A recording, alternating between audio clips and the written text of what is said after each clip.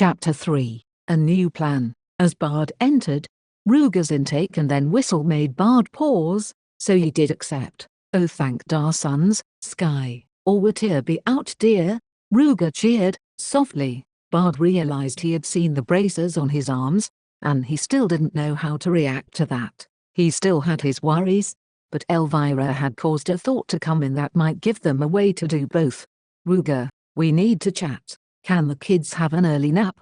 he asked, and Ruger did a goofy bow before ushering the kids out.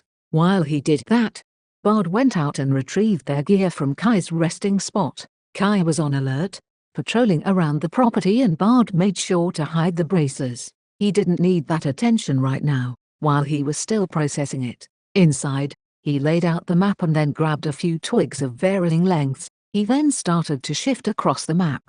Elwood had said this was fairly accurate, and as he checked, he was sure that it was accurate enough, judging how long it took them to get here from the ruined city, and how long it took to Elder Perspective.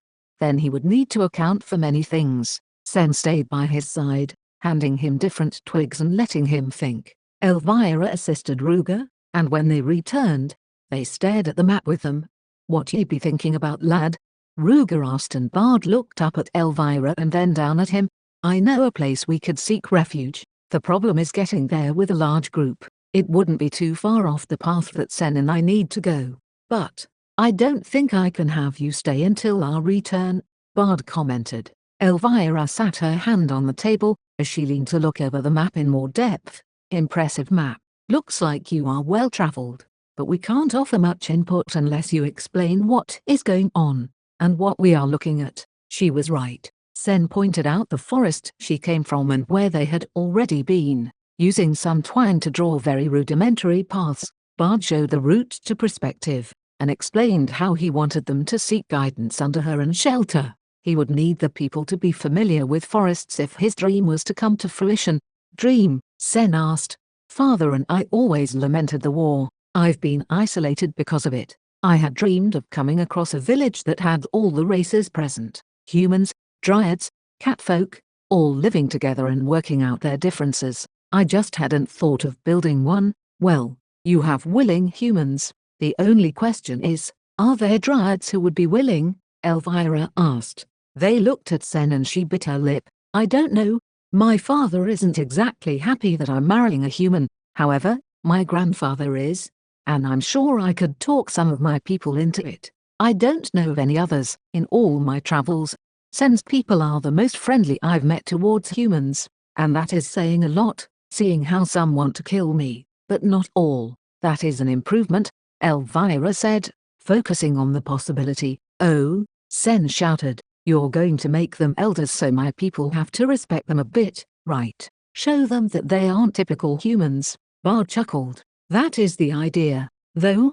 We would still need to figure out where to establish this place. How about here?" Elvira asked, pointing at the map. It was the edge of the forest. "There are already warring tribes over there, human and dryad. Our path goes this way on purpose to avoid them." "There still be fightin'?" Ruger asked, astonished. "Sen?" Bard turned to her, ignoring the exclamation. "How far can your people move?" "Well, our normal routes cover from here, too."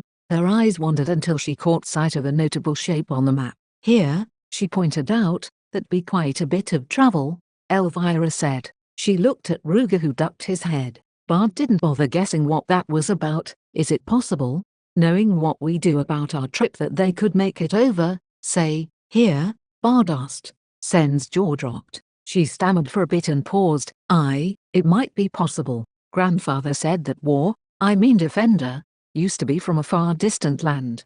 "Why do you recommend this location?" Elvira asked.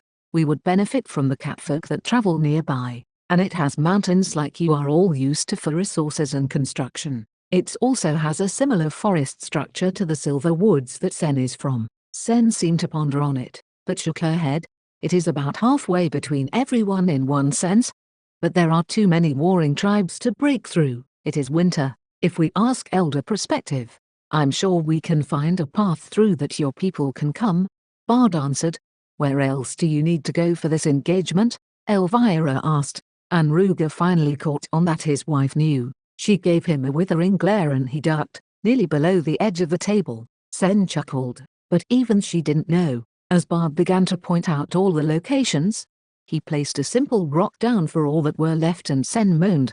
"No wonder you were worried," she mumbled. Bard smiled wanly and touched her hand. It helped that she understood the situation now. "I was planning on going in a full circle, but it might be wise to travel back and meet with these elders after we get everyone situated, since we will be nearby. Then we can travel the other way and make a mad dash home."